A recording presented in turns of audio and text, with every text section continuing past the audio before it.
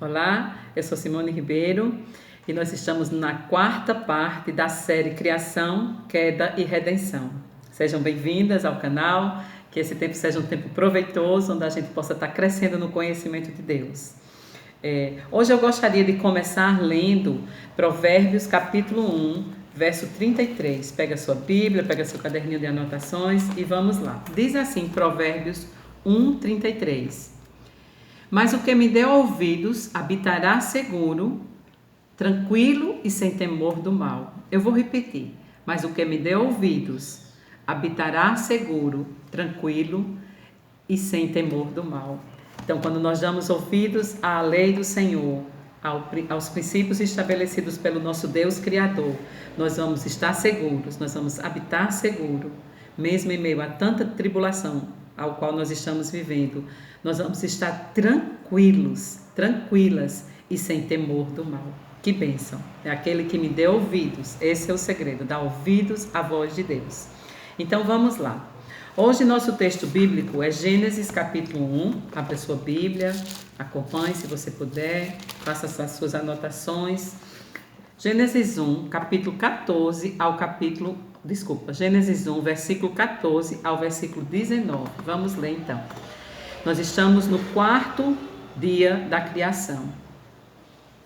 Disse também Deus: haja luzeiros no firmamento dos céus, para fazerem separação entre o dia e a noite, e sejam eles para sinais, para estações e para dias e anos, e sejam para luzeiros no firmamento dos céus, para alumiar a terra. E assim se fez. Fez Deus os dois grandes luzeiros, o maior para governar o dia e o menor para governar a noite. E fez também as estrelas, e os colocou no firmamento dos céus para alumiar a terra, para governarem o dia e a noite, e fizeram separação entre luz e as trevas. E viu Deus que isso era bom. Houve tarde e manhã, o quarto dia. Então, queridas, nós estamos estudando o método da Jean Wilke, que se encontra no livro Mulheres da Palavra, e nós estamos nos detendo apenas na parte do processo, que eu considero como o coração do método, um método saudável do estudo bíblico, muito bom, muito bom. Quem não conhece o método, tem outra série nesse canal, que você pode acompanhar lá e aprender mais, tá bom? Então vamos lá, nós estamos utilizando parte desse método, que é só a parte do processo. Como nós sabemos, a parte do processo, do estudo, nos ajuda a compreender, a interpretar e a aplicar o texto que nós estamos estudando. Então, nós vamos pegar esse texto que nós acabamos de ler e trazer esse método para dentro do texto e tentar compreender, interpretar e aplicar as escrituras. Eu queria lembrar que para a gente fazer uma boa interpretação, é necessário a gente ler o texto várias vezes. Para a gente compreender o texto, a gente precisa compreender para poder interpretar. E lembrando também que o texto diz o que ele quer dizer. Nós vamos ler várias vezes para a gente aprender mais. Mas nós não podemos interpretar o texto naquilo que eu quero dizer do texto. Não, eu não posso fazer isso. Eu vou ferir a integridade do texto. Então eu tenho que ler várias vezes e falar aquilo que o texto fala. Por isso que às vezes a gente acaba repetindo muitas coisas, porque a repetição, como diz a Jean, ela é a mãe da aprendizagem, tá bom? Então não se preocupe com isso. Às vezes até no próprio texto bíblico há repetições também. Para quê? Para que a gente aprenda, tá bom? Então vamos lá. Qual é o interesse então da gente fazer isso, estudar assim, para conhecer o caráter de Deus? Nós precisamos conhecer o Deus das Escrituras. As Escrituras é um livro a respeito de Deus e nós precisamos buscar esse conhecimento. Ler várias vezes para compreender o texto. Nós precisamos também de muita paciência para a compreensão, interpretação e aplicação do texto, e nós precisamos de muitas orações, como a Jean fala, né? Trazendo também o contexto histórico, toda a parte do método que você pode consultar os vídeos da série anterior, tá bom? Vamos lá então ao estudo do texto de Gênesis 1, 14 a 19. Há uma pergunta que, para a gente entender o método, né, a parte do processo, ela traz o que o texto diz. Então, o que o texto diz? No versículo 14, Deus fala que Deus fez os luzeiros para fazerem separação entre o dia e a noite, para sinalizarem as estações e os dias e os anos. Os luzeiros tinham como objetivo alumiar a terra. Deus fez o maior, o sol, para governar o dia, o menor, a lua, para governar a noite, e fez também as estrelas. Deus fez separação entre a luz e as trevas. Ele avaliou sua obra e viu que era bom. Ele diz no final, tudo o que ele fez, ele viu que era bom. Esse é o quarto dia da criação. Então, o que o texto diz? Nós vamos repetir o que o texto diz com as nossas palavras. A segunda pergunta que o método traz para que a gente possa entender a parte do processo, interpretação, é o que o texto significa. Então, é a parte da interpretação. O que o texto significa? E aí eu trouxe algumas referências correlacionadas ao texto de Gênesis capítulo 1, versículo 14 a 19.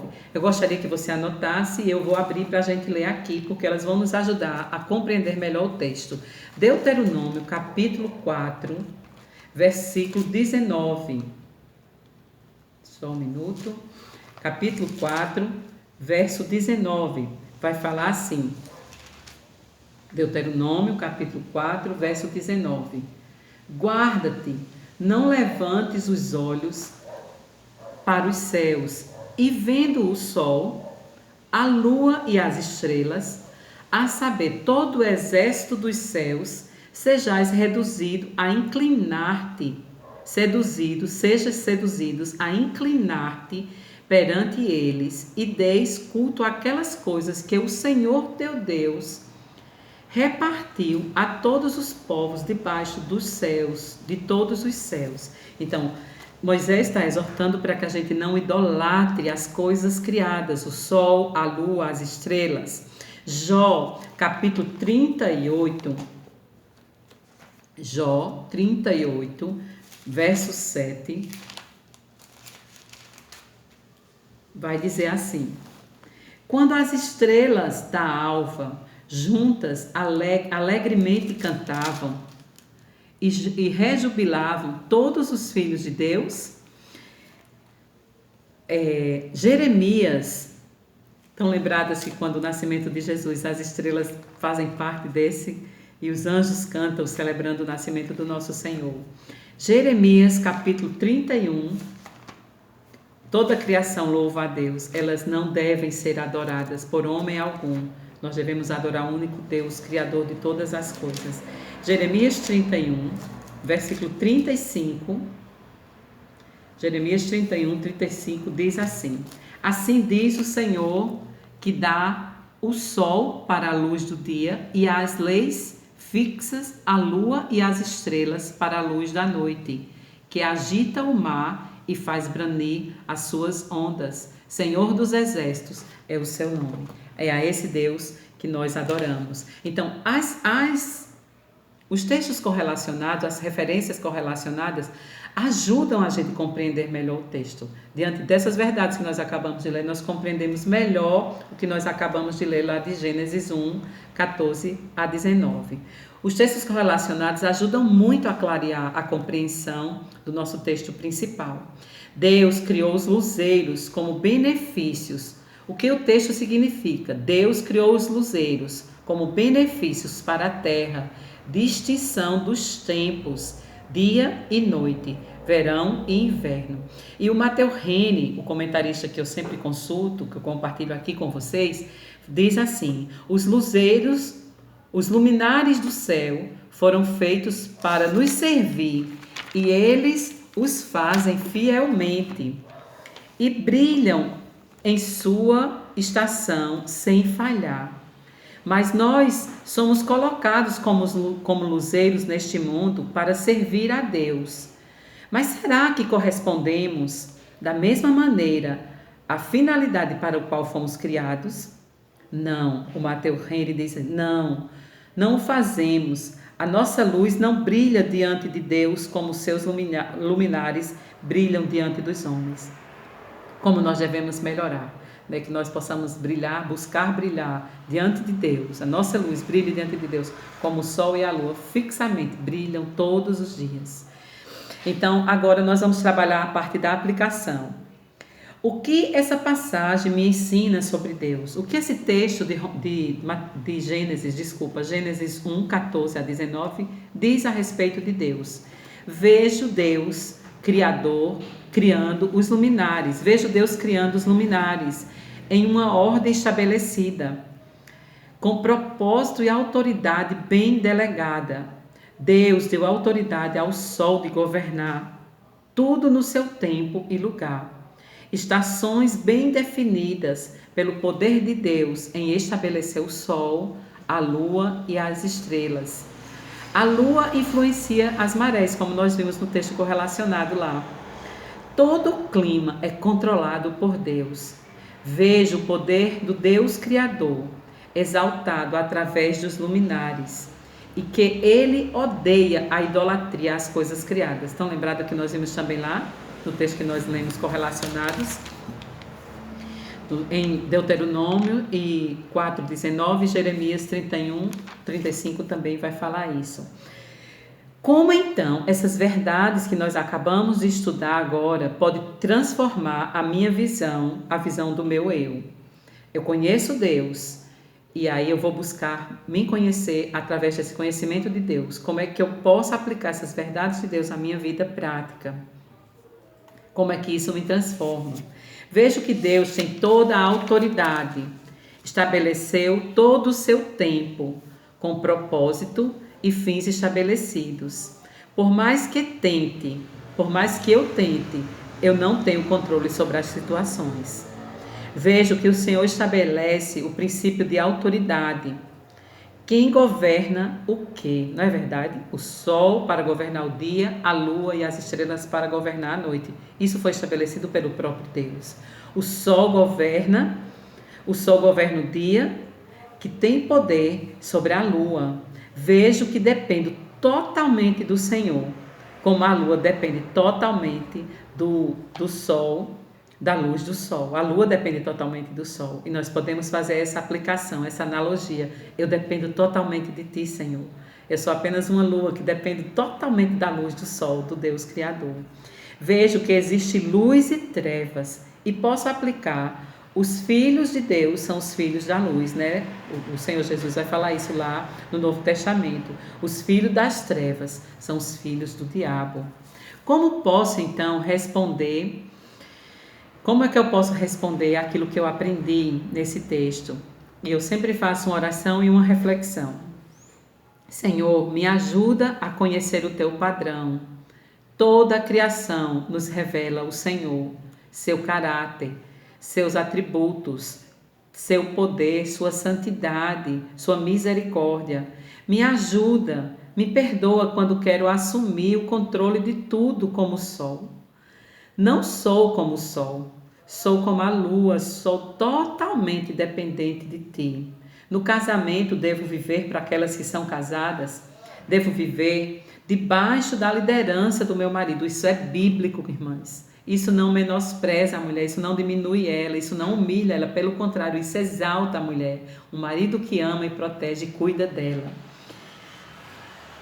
Guarda o meu coração para eu reconhecer quem eu sou e quem é Jesus Cristo.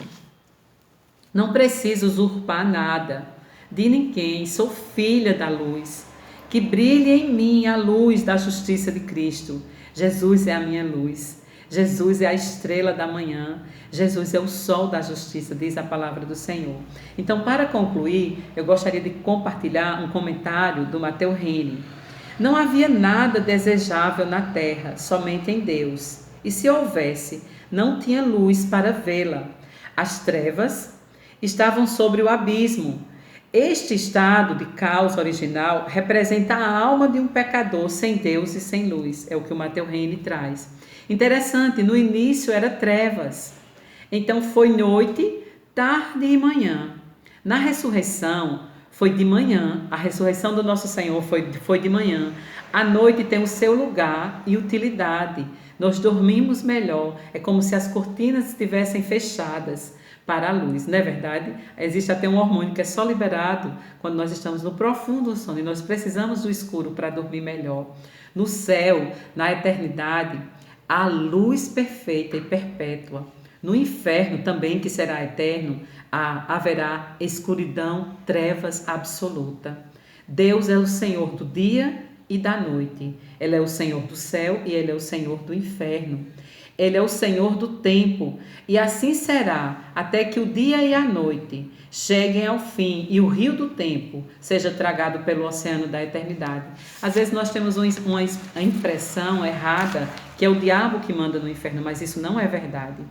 Deus é quem manda em todos os lugares, até mesmo no inferno é Deus quem governa todas as coisas. E lá é o lugar do julgamento de Deus, da ira de Deus e não do domínio do diabo. Lá Satanás não vai ter domínio sobre as pessoas, nem sobre ele mesmo. Ele vai estar julgado pela ira e a vingança do nosso Deus.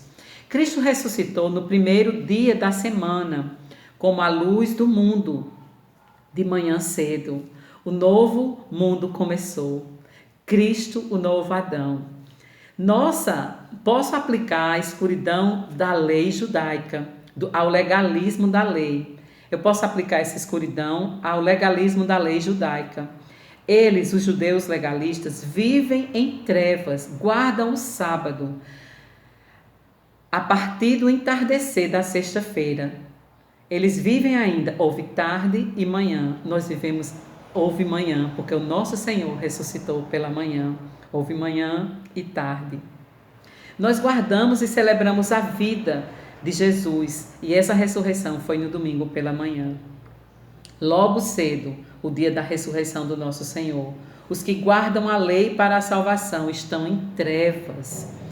Aquele que o criou não poupará, diz o Mateus Rino.